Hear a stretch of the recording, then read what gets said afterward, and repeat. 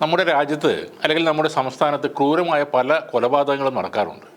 വൈരാഗ്യത്തിൻ്റെ പേരിൽ, പ്രണയം തകർന്നതിൻ്റെ അല്ലെങ്കിൽ തള്ളിക്കളഞ്ഞതിൻ്റെ പേരിൽ, സാമ്പത്തിക ലാഭത്തിനായി, അങ്ങനെ പല കാരണങ്ങൾ കൊണ്ടും ദാരുണമായ മരണങ്ങൾ സംഭവിച്ചിട്ടുണ്ട്. ഇപ്പോൾ അതിദാരുണമായ ഒരു കൊലപാതകമാണ് മാളയിൽ നടന്നിരിക്കുന്നത്.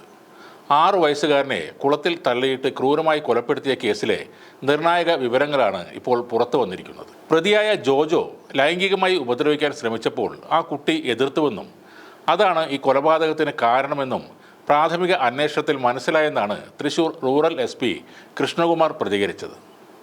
ജോജോ ലൈംഗികമായി ഉപദ്രവിക്കാൻ ശ്രമിച്ചിരുന്നു, ഇക്കാര്യം മാതാപിതാക്കളോട് പറയും എന്ന് പറഞ്ഞതോടെ ജോജോ ആ കുട്ടിയെ കുളത്തിലേക്ക് തള്ളിയിടുകയായിരുന്നു. പിന്നീട് കുട്ടിക്കായുള്ള തെരച്ചിൽ വഴിതെറ്റിക്കാനും പ്രതി ശ്രമിച്ചിരുന്നു. തെരച്ചിലിൽ പ്രതിയും നാട്ടുകാർക്കൊപ്പം കൂടിയിരുന്നു. എന്നാൽ ചില നാട്ടുകാർക്ക് സംശയം തോന്നി. അവർ ഈ കാര്യം പോലീസിനോട് പറയുകയും ചെയ്തു. അതിന് പിന്നാലെ ജോജോയെ ചോദ്യം ചെയ്തപ്പോഴാണ് കൊലപാതകത്തിൻ്റെ വിവരം പുറത്തായത്. പ്രതി ജോജോ നേരത്തെ ക്രിമിനൽ കേസുകളിൽപ്പെട്ടയാളാണെന്നും പോലീസ് അറിയിച്ചിട്ടുണ്ട്. മോഷണക്കേസ് പ്രതിയായ ഇയാൾ അടുത്തിടെയാണ് ജാമ്യത്തിൽ ഇറങ്ങിയത്. കൂഴൂർ സ്വർണ്ണംപള്ളം റോഡിൽ താമസിക്കുന്ന കുട്ടിയെ ഇന്നലെ രാത്രിയോടെയാണ് വീടിന് സമീപത്തുള്ള കുളത്തിൽ മരിച്ച നിലയിൽ കണ്ടെത്തിയത്. വൈകിട്ട് 6ഓടെയാണ് വീടിന് സമീപത്ത് നിന്ന് കുട്ടിയെ കാണാതായത്. പിന്നീട് നടത്തിയ തെരച്ചിലിൽ കുട്ടിയെ മരിച്ച നിലയിൽ കണ്ടെത്തുകയായിരുന്നു. UKG വിദ്യാർത്ഥിയാണ് കൊല്ലപ്പെട്ടത്. CCTV ദൃശ്യങ്ങൾ കേന്ദ്രീകരിച്ച് നടത്തിയ തെരച്ചിലാണ് നിർണായകമായി മാറിയത്.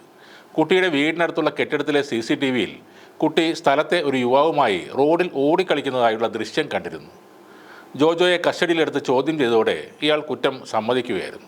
കളിച്ചുകൊണ്ടിരുന്ന ആ കുട്ടിയെ ഒഴിഞ്ഞ സ്ഥലത്തേക്ക് കൂട്ടിക്കൊണ്ടുപോയി പ്രകൃതി വിരുദ്ധ പീഡനത്തിന് ഇരയാക്കാൻ ശ്രമിച്ചതിനെ കുട്ടി എതിർത്തു. തൻ്റെ അമ്മയെ അറിയിക്കുമെന്ന് പറഞ്ഞതോടെയാണ് ജോജോ കുട്ടിയെ കുളത്തിൽ മുക്കിക്കൊന്നത്.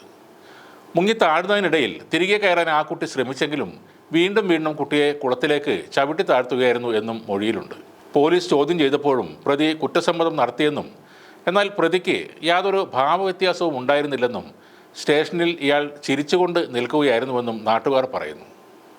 കുളത്തിലേക്ക് ജോജോ കുട്ടിയെ 2-3 വട്ടം തള്ളിയിട്ടു എന്നാണ് പോലീസും പറയുന്നത്.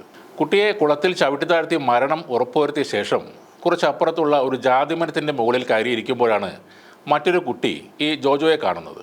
കുട്ടിയെ കണ്ടോ എന്ന് ചോദിച്ചപ്പോൾ ഇല്ല, ഞാൻ അവനെ തിരിച്ചു പറഞ്ഞു വിട്ടു എന്നാണ് പ്രതി പറഞ്ഞത്. ക്രിമിനൽ പശ്ചാത്തലമുള്ള ഒരാളാണ് ജോജോ.